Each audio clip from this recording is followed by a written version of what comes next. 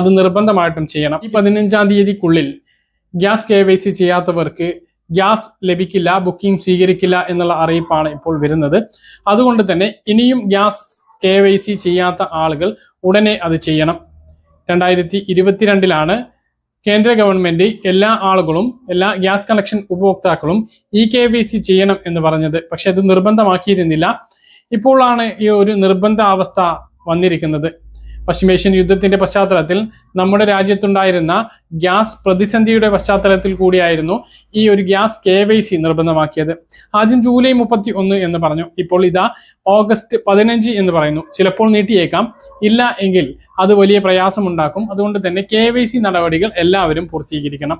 ആരുടെ പേരിലാണോ കണക്ഷൻ ഉള്ളത് അവരുടെ പേരിൽ തന്നെയാണ് അവരാണ് KYC നടപടി പൂർത്തീകരിക്കേണ്ടത്.